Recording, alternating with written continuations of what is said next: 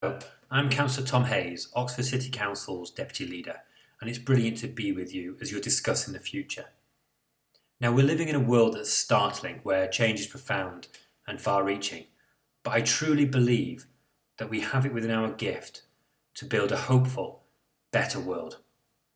I believe that by 2050, we'll be living in a world that's going to be just fine. There'll be lots of changes though. Because of disagreement in the country about the right course to follow, disagreement that is understandable in a democracy, Britain will have taken most but not all necessary action to limit global warming to 1.5 degrees Celsius. No longer will we have a fossil-fueled future. Hopefully, we'll have invested in an energy system which is fit for the future, instead of investing in infrastructure which has to be disposed of by the next generation, your generation. No longer will our energy come from fossil fuels. Indeed, Britain's 4 remaining coal-burning power plants are already becoming zombies, all but dead. We will have moved to getting our energy from renewable sources such as solar and wind on a mass scale here in Oxfordshire. Energy systems will become even more local, even more decentralised, and people will be able to invest in and receive a financial dividend from local renewable energy generation on a significant scale. We will have invested in our natural environment. Our understanding of the value of green spaces for our mental health and well-being has been boosted by our experience of coping with the pandemic. We've all gone for walks in parks or green spaces to feel better during lockdown in line with government guidance. But we'll do that on an even greater scale. We will have achieved the Council's ambition to double tree cover in Oxfordshire, and there'll be more pocket parks around the city, tucked into urban environments and communities. As people work from home or on the move to a much greater extent, our city centre will no longer be so dominated by workspaces. Our streets will be entirely people-friendly, filled with citizens as the city and district centres become the leading places to enjoy ourselves. We will have very much reused our existing buildings, rededicated them to become homes and spaces for our common use and leisure, no longer just places for people to do their 9 to 5. Indeed, the concept of a 9 to 5 will have changed entirely. We'll be thinking differently about waste, an important issue, because we'll be thinking very differently about what it means to own things. We're already streaming most TV, music and film rather than owning on CDs or DVDs, and we'll move further and faster away from car ownership to make use of something called mobility as a service. More on this in a moment. And our instinct for home ownership, which is so strong in our country right now, will probably be starting to be rethought. People will become more mobile, will become more transient. Technological shifts will be great, and these will enable us to live in more than one place at a time. Our patterns of living and working will reflect this. We might resist the current desire to find permanence in one place by 2050. Families might instead be eager to commit to places or homes for far shorter periods of time. Will we continue with the current model of renting properties, or will we find a fairer version of this? Or indeed, will we develop an entirely new way of occupying buildings in order to have a place to live? Our households will have fewer people living in them, so how we consume food will change. No longer will food retailers package up too much food so that much of it turns to sludge in the back of our fridges. Instead, our food will come to our table from small, local food suppliers, often transported by bike courier rather than vans. People will always want freedom of movement, and quite rightly so.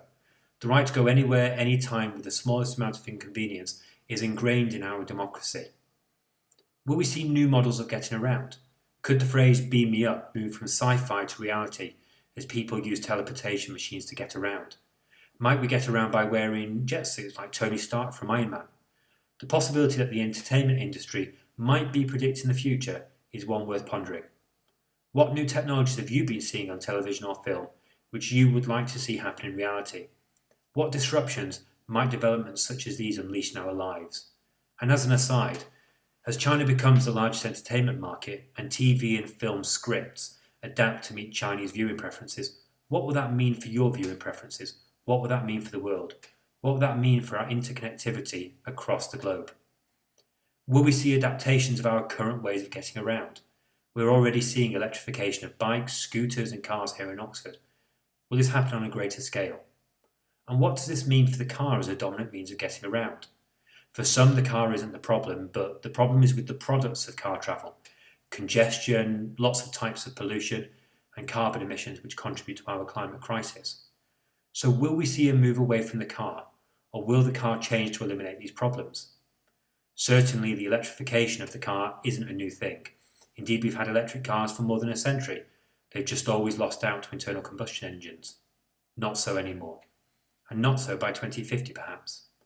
As cities like Oxford roll out more EV charging infrastructure and encourage zero emissions travel by introducing a zero emission zone in 2021, what does that mean?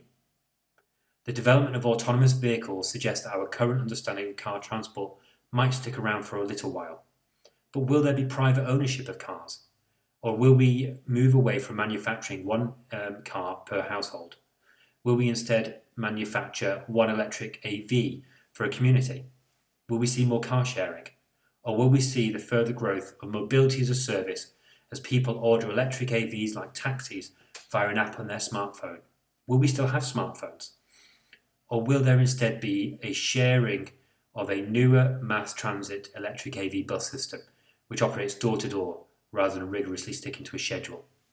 These are just some of the changes which might come into effect, but how do we bring them into being? With such developments, the world will have changed even more profoundly by 2050 than it has by this year. But we will have recovered our sense of balance as a society. Stable communities are essential to happy lives, and in the years ahead, we will have taken the steps to restore order.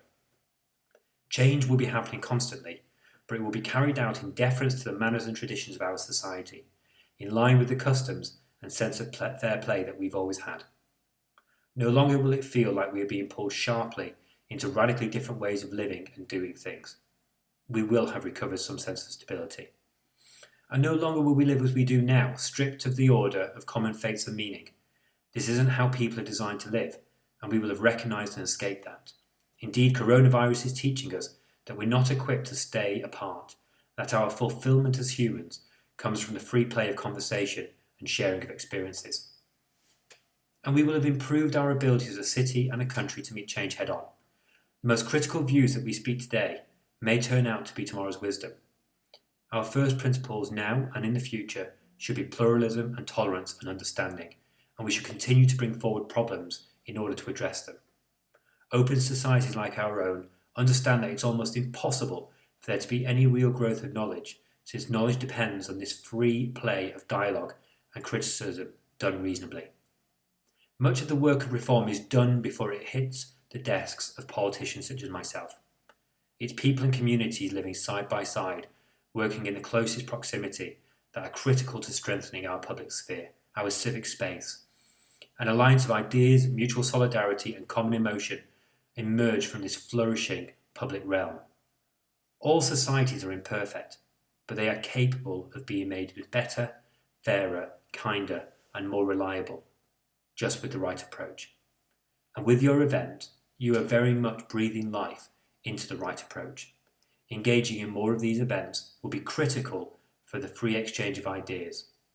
And at this time in particular, as we face so many challenges, but we also anticipate so many more, it's the breathing of life into this right approach which is needed now more than ever. Thank you.